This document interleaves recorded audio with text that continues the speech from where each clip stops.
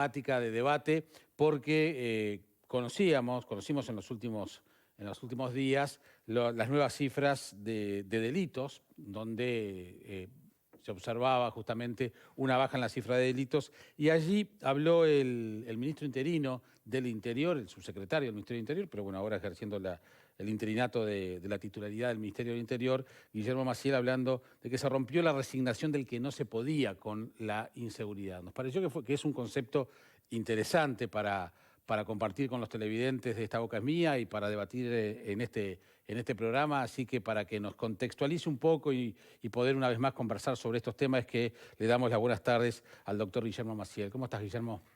Buenas tardes, Jaime, ¿qué tal? Un gusto saludarte a ti y al panel. Del mismo modo. Bueno, se rompió con la resignación del no se podía con la inseguridad.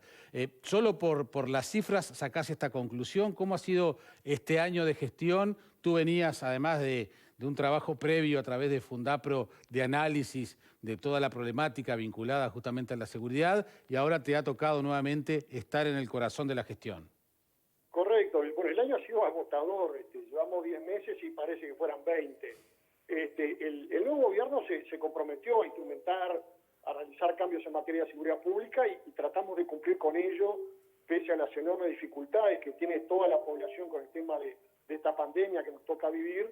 Este cambio se viene realizando que apunta a mejorar la calidad de vida de todos los uruguayos. Como yo he señalado varias veces, hay una obsesión del ministro Larrañaga y de todos los que lo acompañamos en tratar de mejorarle la vida a la población de nuestro país, a recuperar la seguridad perdida y básicamente al combate a la delincuencia. Y como es que medimos esto en datos objetivos, los datos objetivos son las cifras. Y los delitos, por suerte, con gran trabajo, con gran dedicación, con gran compromiso, con gran esfuerzo, principalmente de la policía y de la mano del respaldo que le ha dado el propio presidente y el ministro Lacalle desde el primer día. Recordemos la primera acción de gobierno fue el lunes 2 de marzo en la Torre Ejecutiva, donde el ministro y el presidente reunieron a todos los jefes de policía y a todos que los acompañamos para darnos las indicaciones. Y no solo bajaron los delitos como yo estoy señalando, sino que hay 3 quiebres importantes. Uno es el que tú mencionabas, esa idea de resignación que a veces tenemos de que no se puede con algunos temas. Bueno, estos datos indican de que se puede dar vuelta una situación que era compleja y que lo sigue siendo. También quebramos la tendencia o curva ascendente, que ahora pasó a ser descendente, 15 años consecutivos de aumento de delitos y ahora una baja acumulada consistente de 10 meses que nos permite pensar que estamos en el rumbo correcto, que hay que mejorar mucho más, obviamente, bajo la premisa que señala Larrañaga habitualmente de ni un minuto de tregua al delito. Pero este es el camino y estamos empecinados en seguir en él, en dar vuelta también el quiebre de la impunidad que hemos logrado, aclarando más delitos, con más personas formalizadas, en lo cual colabora muchísimo la justicia y la fiscalía. Y los primeros en notar el cambio o los cambios, de los cuales podremos hablar si tenemos unos minutos más, sí, tiene que ver con los delincuentes. La delincuencia es la primera que percibe y nota los cambios a nivel policial. Y hay una serie de cambios que si querés los enumero ahora. No, justamente lo que te iba a preguntar era que, bueno, uno parte de la base que también las autoridades anteriores querían bajar los números.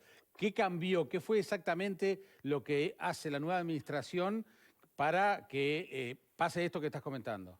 Sí, correcto. Creo que es bueno explicarlo y que la audiencia lo conozca de primera mano. El ministro Larrañaga ha mencionado algunos de ellos, vamos a insistir. Por un lado, lo que te mencionaba, el respaldo a la policía. El respaldo a la policía con esas 3 premisas del presidente y del ministro de dar la cara, de estar en el territorio y obtener resultados. Básicamente obtener resultados. No dar explicaciones, no dar justificaciones, sino obtener algún resultado positivo en materia de baja de los delitos. En segundo lugar, mandos policiales que estén comprometidos, que estén motivados y que den el ejemplo, como vemos en las imágenes de Telemundo 2x3 al jefe de policía de Montevideo, de Canelones o del departamento que sea, transmitiéndole respaldo y confianza al cuerpo policial y estando al lado de ellos cuando hay un crimen, cuando hay un delito que adquiere esa notoriedad tan importante.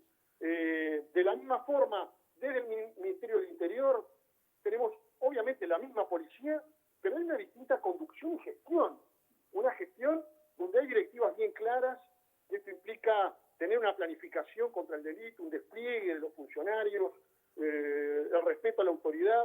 En el despliegue de la policía, por ejemplo, el cambio en el PADO, la descentralización del PADO. El PADO está descentralizado, lo manejan los jefes de policía de cada departamento en base a los aspectos técnicos y a los aspectos que le da el conocimiento del territorio para hacer el despliegue del PADO.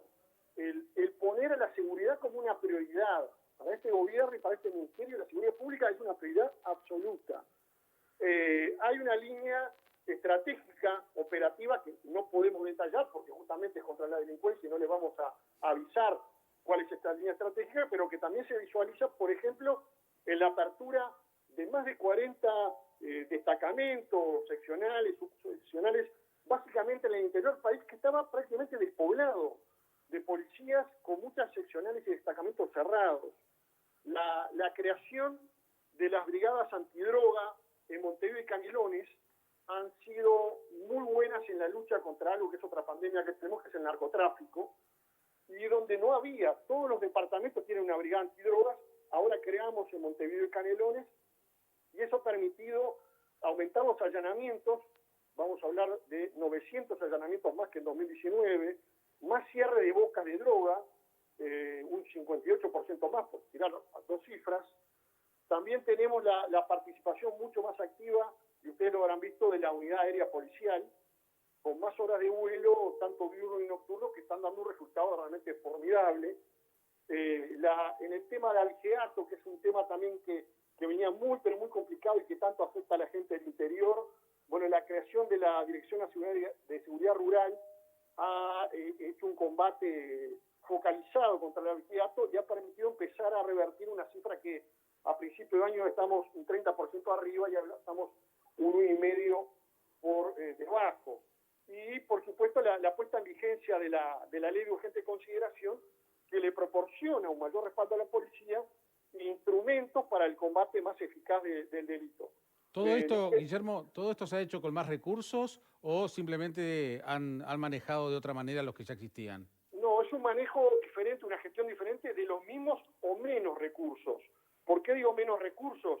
Y bueno, porque tenemos diezmados algunos policías en cuarentenados o con COVID, como pasa en otras instituciones del Estado, y eso nos quita recursos, con una flota vehicular que la recibimos en muy mal estado, y poco a poco estamos tratando de renovar esa flota vehicular, que siempre es muy castigada, porque el patrullaje implica las 24 horas del móvil patrullando, más los siniestros que se dan a veces en la persecución de algún vehículo, tenemos accidentes.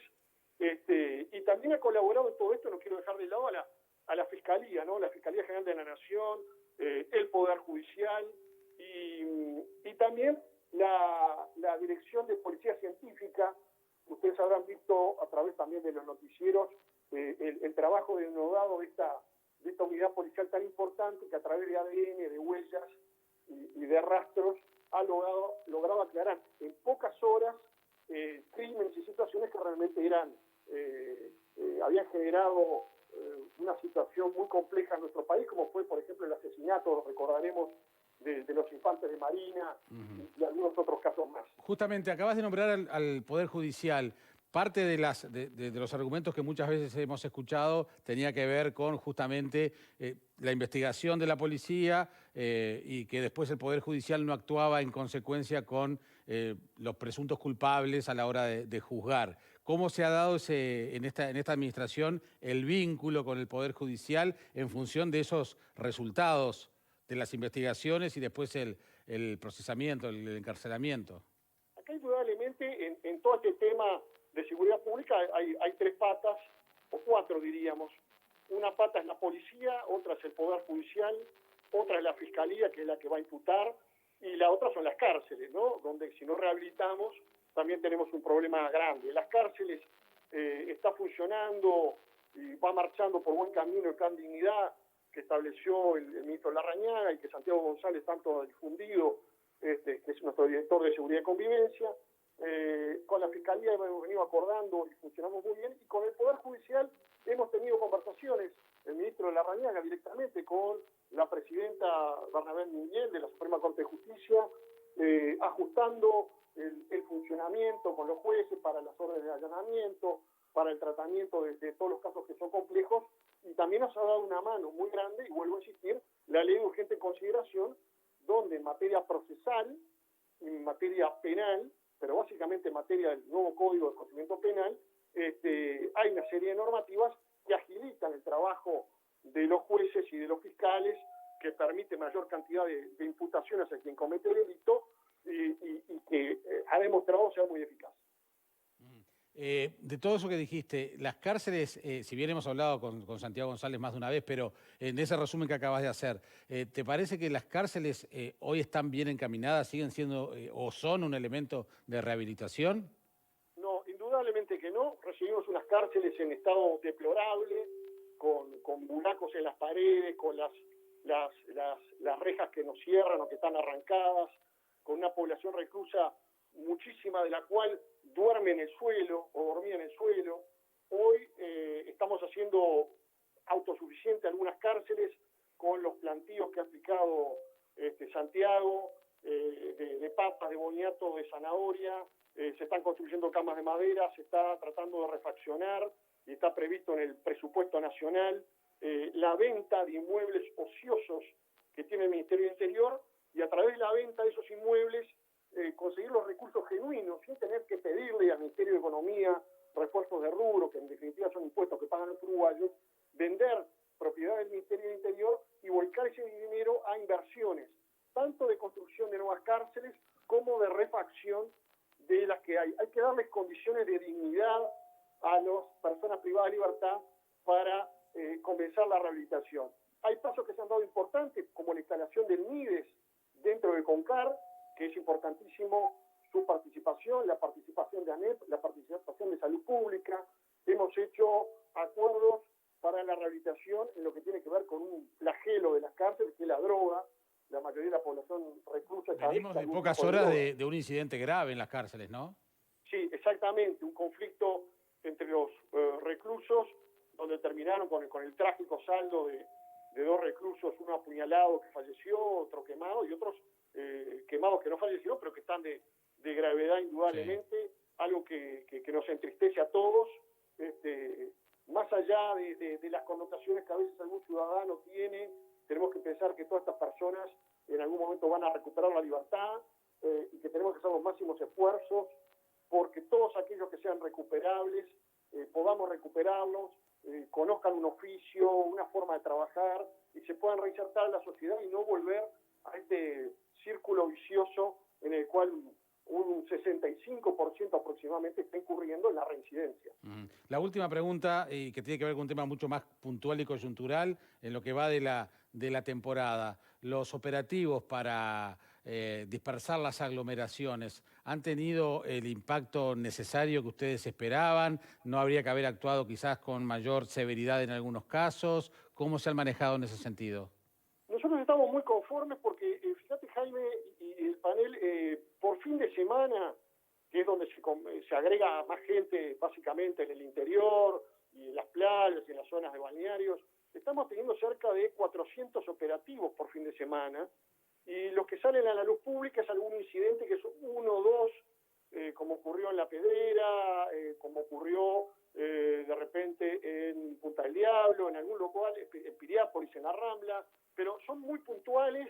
Contamos con una excelente coordinación con los ECOED, donde está la Intendencia que brinda a los inspectores, donde está el Ministerio de Defensa que está dando una mano el ministro Javier García formidable, con prefectura, y en muchas áreas donde la jurisdicción no es nuestra, sino que es justamente la prefectura y son ellos quienes tienen que actuar y nos complementamos, y también el Ministerio de Salud Pública y el INAU contribuyendo y poniendo las sanciones que correspondan de repente a algún local que no cumple con los protocolos.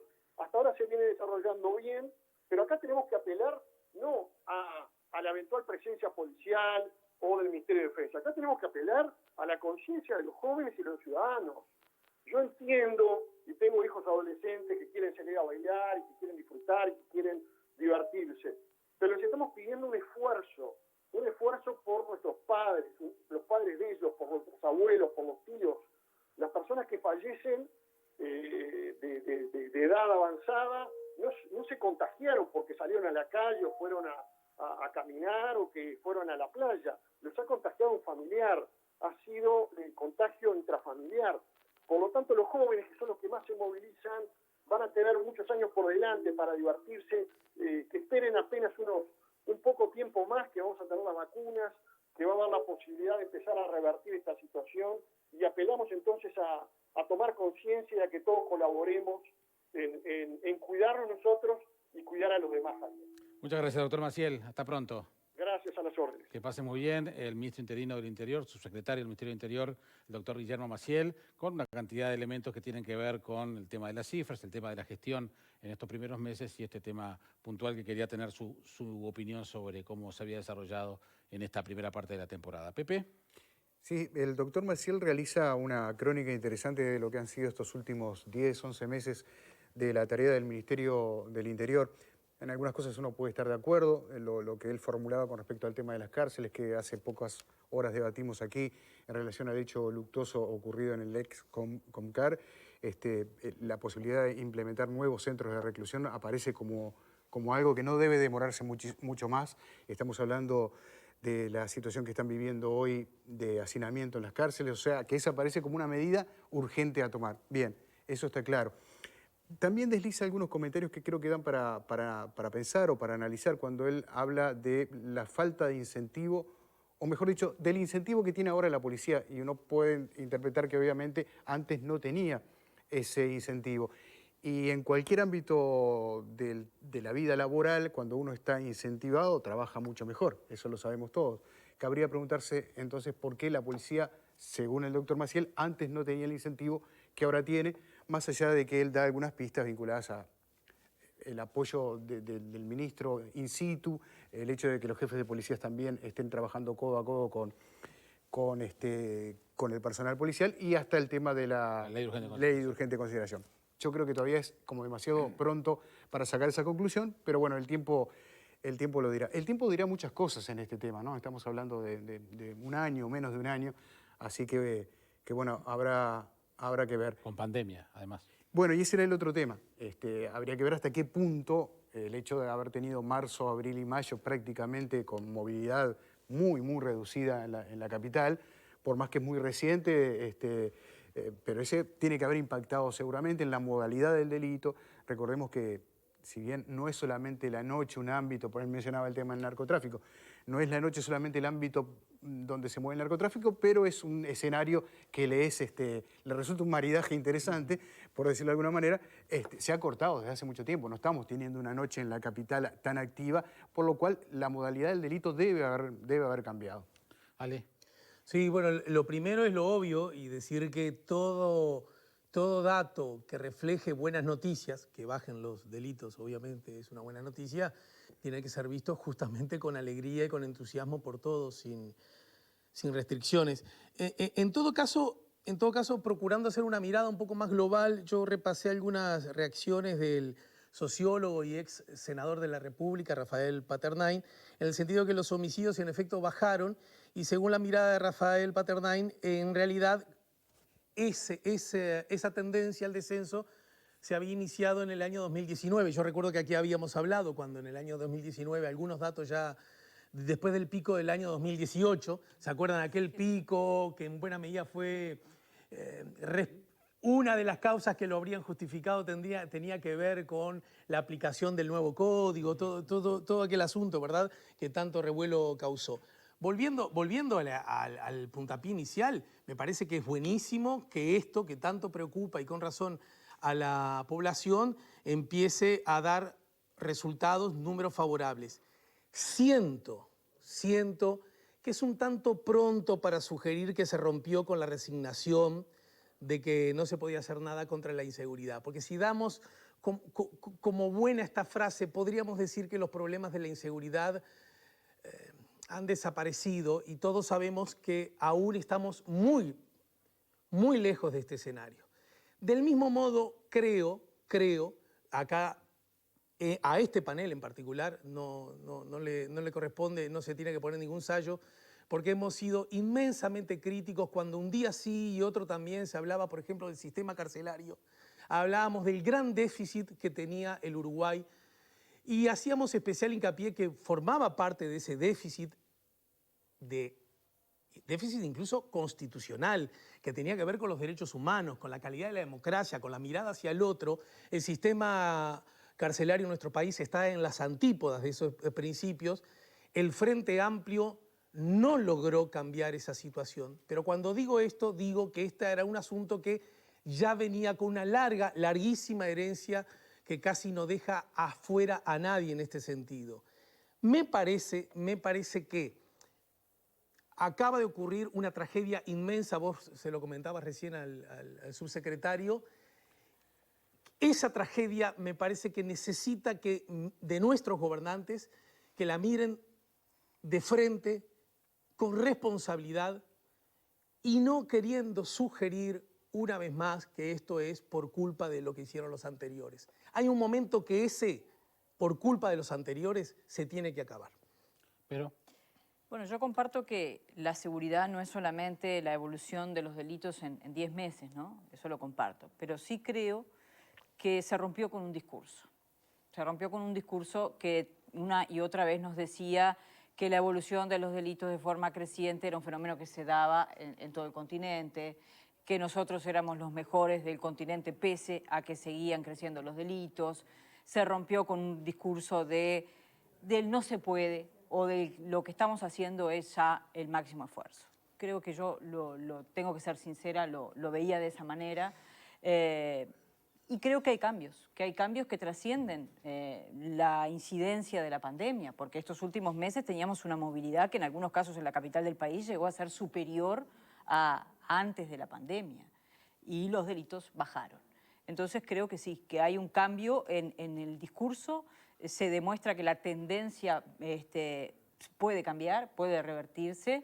Hay que ver después qué hacemos, ¿no? Para ir más al tema de fondo. ¿Alcanza con salir a cerrar las bocas de venta de pasta base si es que no combatimos el narcotráfico a otros niveles? ¿Alcanza con poner 15% más de personas en las cárceles en el último año si es que no atacamos el tema de la rehabilitación y de las oportunidades? Y bueno, vamos a ver qué pasa. Yo creo que deberíamos priorizar ambas cosas.